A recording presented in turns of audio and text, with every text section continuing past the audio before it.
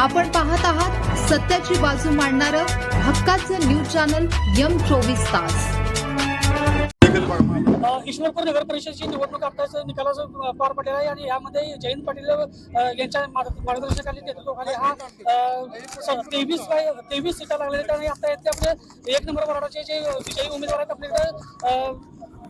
दादा त्यांच्याशी आपण बोलून चर्चा करू। महेश दादा पाटील या विजय झाले आपण त्यांच्याकडे जाऊन दादा काय सांगाल कशा पद्धतीने ही जी निवडणूक होती ही शहराच्या विकासाच्या दृष्टीने अत्यंत महत्वाची निवडणूक होती आणि जनतेला आम्ही आवाहन केलं की हे शहर प्रगतीपथावर जायचं असेल तर जयंत पाटील साहेबांच्या नेतृत्वाखाली आनंदराव मुलगुडे दादा यांना तुम्ही निवडून द्यावं आणि या शहरामध्ये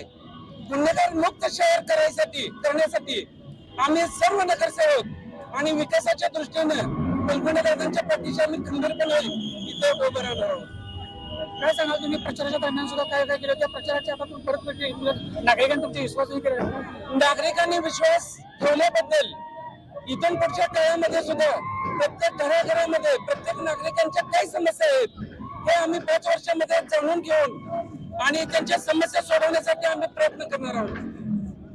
एकंदरीत ही निवडणुकी पाहता तुम्ही चांगलीच चौकशी म्हणावी लागेल किंवा आता तुम्ही विजयी झाले आहेत आणि जयंत पाटलांना पाडण्यासाठी बरेचसे प्रयत्न पण झाले होते। काय सांगा जयंत पाटील साहेबांना पराभव करण्याचं ज्यांनी स्वप्न बघितलं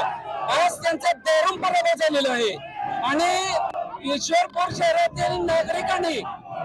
एक ही केलं की जयंत पाटील साहेबांना आपण सोडून गेलो तर त्याचा पराभव कशा पद्धतीने होतो हा एक संदेश महाराष्ट्रातील लोकांना या अरुणेश्वरपुरातील शहरातल्या लोकांनी दिलेला आहे।